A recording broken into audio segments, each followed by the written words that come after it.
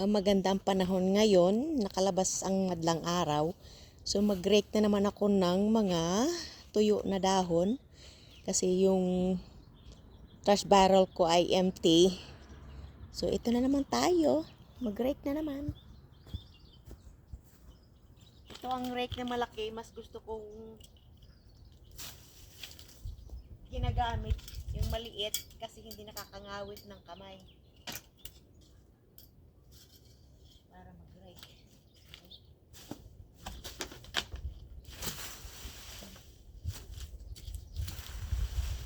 Medyo basa pa yung dahon.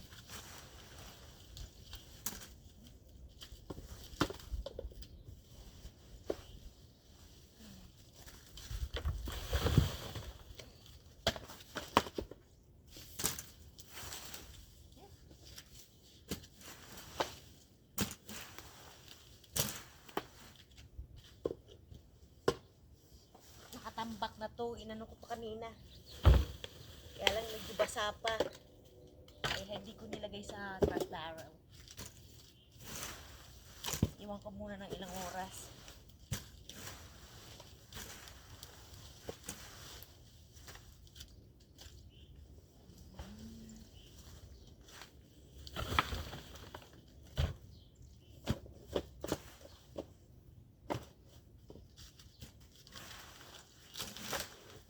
Kailangan masipag. Day off ngayon, bukas rarampa na uli sa trabaho. Kaya kailangan medyo mabawasan ang trabaho sa paglilinis ng yard.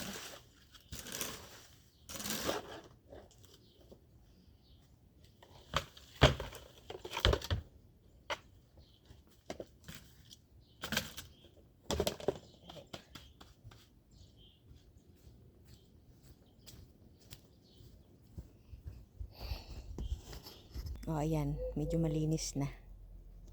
Ito naman yung nirake ko last week. Naubusan ako ng room sa trash barrel. Kaya ito inumpok-umpok ko. Tapos wala din akong bag last week. Trash bag. So ngayon, matatapos ko itong section. Oh. Malinis na yung side na yan. Malapit na naman mapuno yung aking trash barrel. Kaya may plastic ako.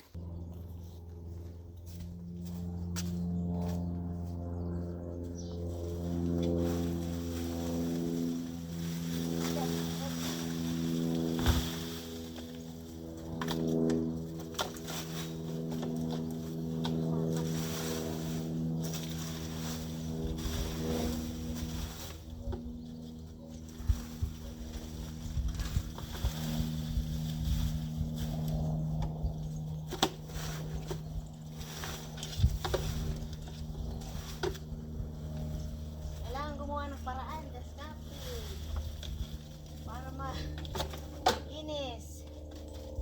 Walang katulong eh, kundi ako lang.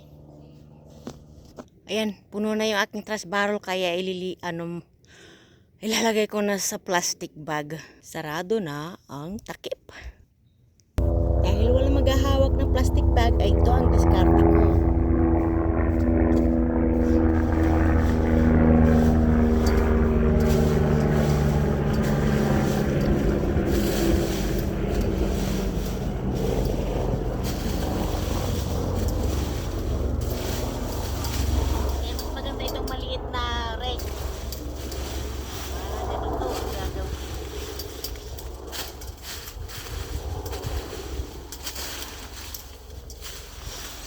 Mag-isa ka lang, kailangan diskarte.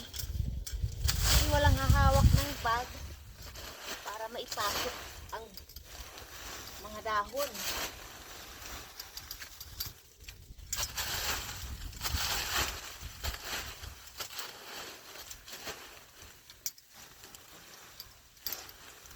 Ganyan.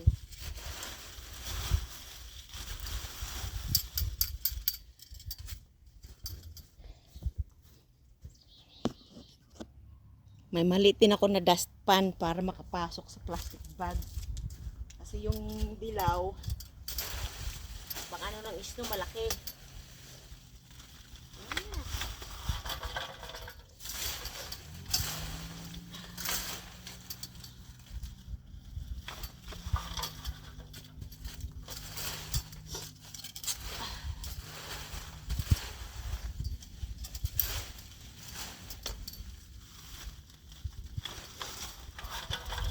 halata pa, pero sige na lang para matapos.